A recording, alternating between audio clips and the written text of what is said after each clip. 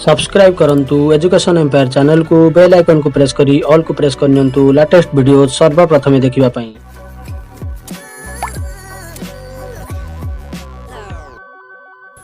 प्रथम अपडेट रही ओसेपार letter number रही 6345 डेटेड रही 27/7/2021। लेटर टी कराई समस्त डीओ और डीपीसी को। सब्जेक्ट रही routine teaching scheme and district allocation of subjects lessons for YouTube live classes in August 2021। तो अगस्त मास यूट्यूब क्लास रूटीन आसी जाइए, तो से नहीं लेटर टी इश्यू कराई। तो रेफरेंस रही this office letter number 5038 dated 9/6/2021, 5118 dated 16/6/2021 and 5464 dated 29/6/2021। ता सहित रही डीएससी लेटर नंबर रही 15909 डेटेड 11/6/2021। अगस्त मासर यूट्यूब लाइव क्लास पई प्रथम अष्टम श्रेणी पिला मानक निमंते लाइव क्लास रूटीन आसी जाइए, सहित टीचिंग स्कीम आसी जाइए, जिला गुड़िकर नाम आसी जाइए जो जिला गुड़ी को दायित्व दिखाई लाइव क्लास पई। तो देखा तो देखु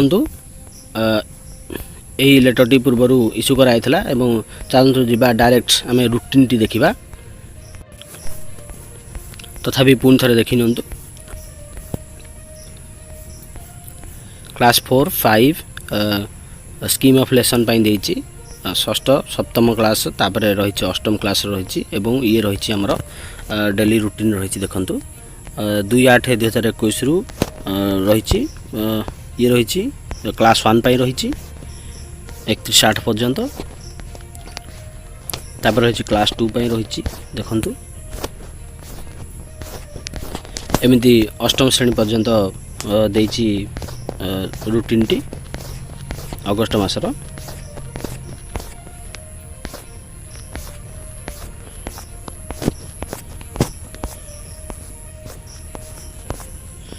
बड़ अपडेट टे देखा परवर्ती अपडेट।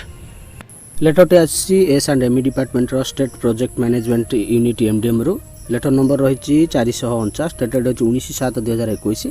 लेटर टी कराई समस्त डीओ को। सब्जेक्ट रही national deworming day fortnight survey from 10 August 2021 रु 23 अगस्त 2021 रिगार्डिंग। तो 10 अगस्त 2021 रु 23 अगस्त 2021 2 सप्ताह पर्यंत जातीय कुर्मीनाशक दिवस सर्वे करा। तो से नहीं लेटर टी इश्यू कराई। Madam sir, this is to inform you that national deworming day fortnight survey will be conducted from 10 August 2021 to 23 August 2021। In this regard a mass level coverage is required to ensure the supply of albendazole tablets for the 6 to 19 years children in all 30 districts of Odisha। तो यही जो सर्वे करा 10 अगस्त रु 23 अगस्त पर्यंत यही सर्वे रे 6 रु 19 वर्षर पिला माननकु कुर्मीनाशक औषध बा टैबलेट बंटन करा 30 जिल्ला रे। You are therefore requested to engage school management committee SMC माने यही काम दायित्व ग्रहण करेंगे to monitor facilitate and support this NDD August 2021 round to achieve 100% coverage and ensure timely reporting. तो एसएमसी कमिटर मेंबर माने यही कार्यक्रम को मॉनिटर करेंगे। तो निश्चित भाव में बड़ अपडेट देखा परवर्ती अपडेट। लेटर रही समग्र शिक्षा गंजाम रु। लेटर नंबर रही 2272 डेटेड रही 22/7/2021। लेटर टी कराई गंजाम जिलार समस्त बीओ को। सब्जेक्ट रही guideline for procurement and distribution of school uniform shoes along with socks enclosed. तो स्कूल यूनिफॉर्म डिस्ट्रीब्यूशन और तार संग्रह निमित्त जो गाइडलाइन रही अटाच कर लेटर टी इश्यू कराई एवं दायित्व दिखाई केते तारीख सुधा ही कार्यक्रम टी शेष हम। तो यही कार्यक्रम 15 अगस्त 2021 सुधा शेष करने निर्देश दि समस्त को। तो प्रथम देखु एचएम माने एसएचजी ग्रुप ठारू यूनिफॉर्म संग्रह करेंगे और तापर 15 अगस्त 2021 सुधा छात्र छात्री मानक बंटन करेंगे।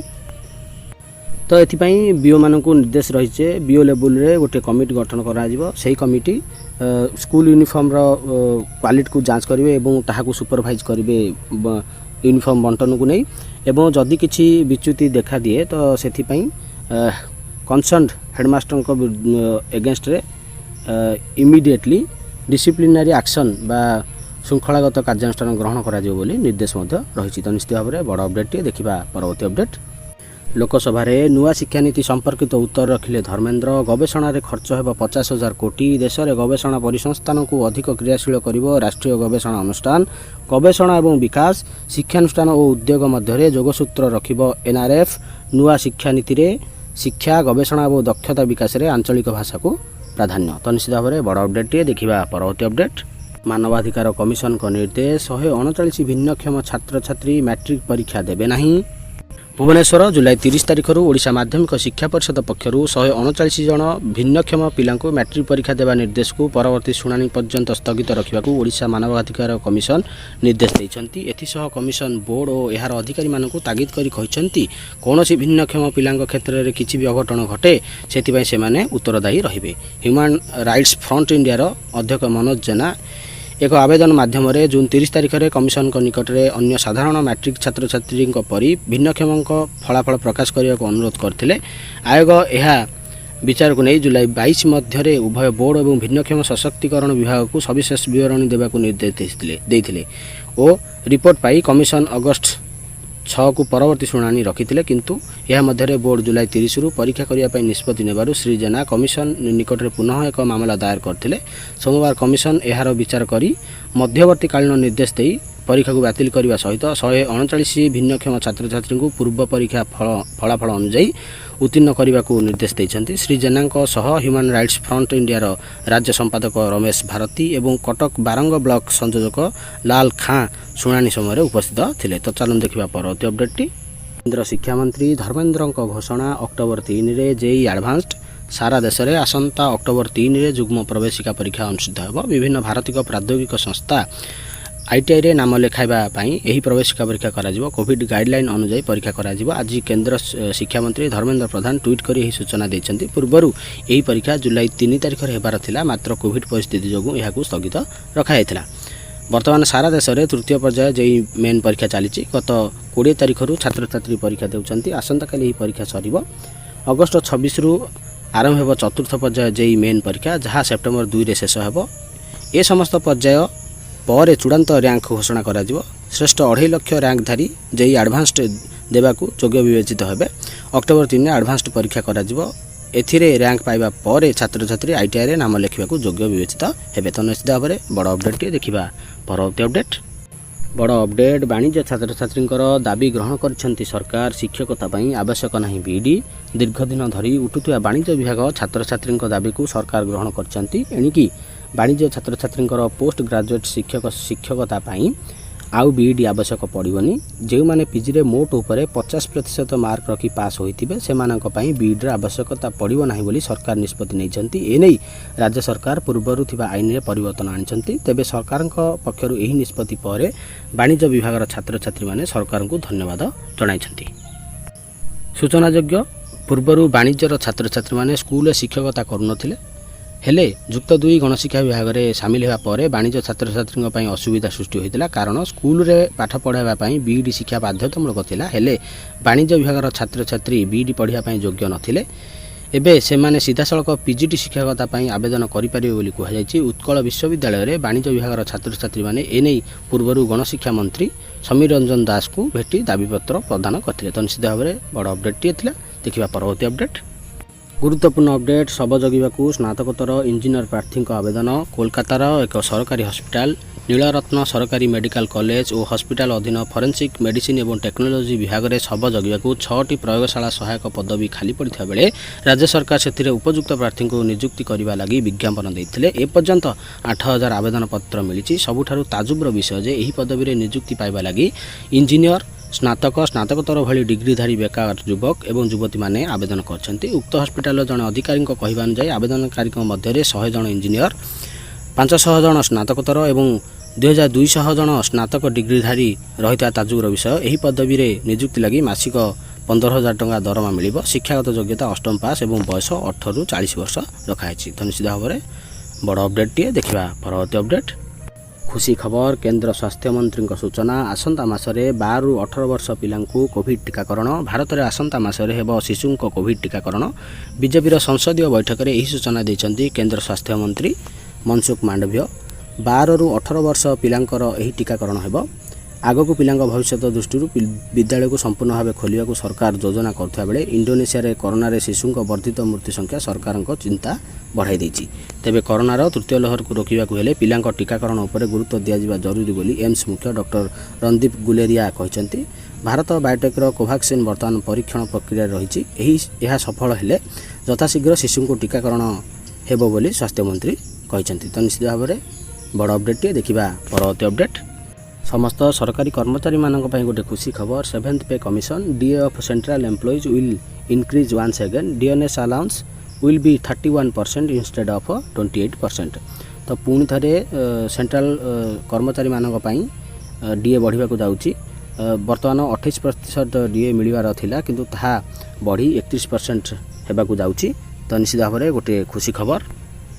तो निश्चित भाव में आपण मैंने भावुथिबे जे किपरि आउ 3% डीए बढ़िबो। तो देखंतु से नहीं मध्य सूचना रही dearness allowance for June 2021 has not been decided yet.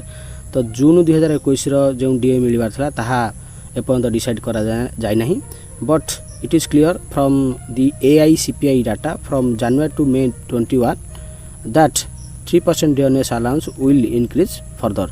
तो जनवरी 2021 रु मे 2021 पर्यंत जो 3% डीए बढ़िबा कथा ताहा परवर्ती समय बढ़िबो। According to JCM secretary Shri Gopal Mishra it is to be announced soon. तो खूब शीघ्र ए बाबद अनाउंस हेबाकू जाउची।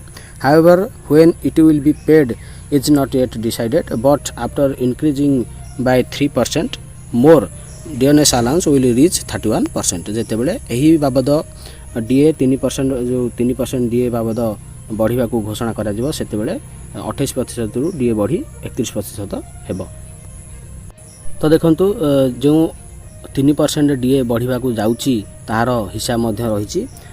जनवरी 2020 रे 4% डीए बढ़िथिला। तापर रही जून 2020 रे आउ 3% डीए बढ़िथिला। जून 2020 रु जनवरी 2021 पर्यंत आउ 4% डीए बढ़िला। तो 4 4 8 3 11% बढ़िला एवं वर्तमान ताहा बढ़ी 28% करागला।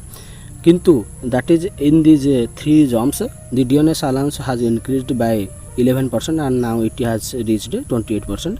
Now after the increase of 3% in June, तो जून 2021 पई 3% बढ़िबार अछि ताहा बढ़ी नाही। जदि एही 3% बढ़े तो 3% बढ़िला परे ताहा 28% रु 31% हेबो। तो देखंतु प्रथम थिला 17%, तापर 4%, तापर 3%, तापर 4% एवं लास्ट रहिछि 3%। एही डीए बढ़िबा परे टोटाल डीए रहिबो 31%। तो निश्चित भाव में बड़ अपडेट टीए एवं समस्त सरकारी कर्मचारी मानक पई गोटे खुशीर कथा। निश्चित देखिबा परवर्ती अपडेट। अंतिम अपडेट रही ओसेपारू लेटर नंबर रही 6348 डेटेड अच्छी 27/7/2021। लेटरटी कराई समस्त डीओ डीपीसी और बीओ को। सब्जेक्ट रही online training of Nishtha for secondary level teachers in Diksha platform. Reference रही this office letter number 4637 dated 17/5/2021। माध्यमिक शिक्षक मानक ऑनलाइन रे निष्ठा ट्रेनिंग लेटर आसी आइछि एवं से माने दीक्षा एप्लिकेशन जरिया यही ट्रेनिंग टी नेबे। तो यही ट्रेनिंग टी अगस्त 1 रु आरंभ होगा जाउछि। अगस्त 1 रु अगस्त 31 पर्यंत यही ट्रेनिंग टी चालू रहिबो। 3टी कोर्स रे यही ट्रेनिंग टी हेबो। कोर्स 1 रही generic concerns curriculum and inclusive education. Course 2 रे रही generic concerns developing personal social qualities for facilitating holistic development of learners. एवं कोर्स 3 रे रही strategies for improving classroom practice integration of ICT in teaching learning and assessment. तो यही 3टी course रे secondary level teacher माने training T नेबे एवं से माने निज खर्च रे अगस्त 1 रु अगस्त 31 पर्यंत यही ट्रेनिंग टी नेबे।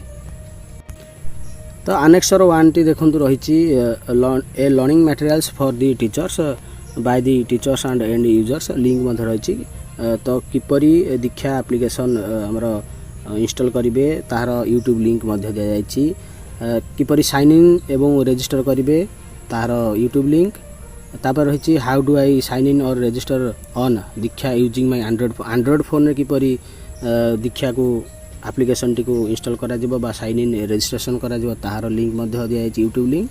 एवं how do I log in and consume Diksha courses on an Android phone रे किपरि दीक्षा एप्लिकेशन को जाई लॉगिन करिवु एवं कोर्स टी को कंटिन्यू करिवु ताहार लिंक मध्ये रही एवं लास्ट रही देखो 5 नंबर रे how do login and consume Diksha courses laptop रे किपरि ही दीक्षा टी को एप्लिकेशन टी को इंस्टॉल करा जिवो एवं लॉगिन करा जिवो एवं ट्रेनिंग टी निया जिवो ताहार मध्ये यूट्यूब लिंक दे जायछि। तो निश्चित भाव में बड़ अपडेट टी एठी आज अपडेट गुडी तो समाप्त होईछि।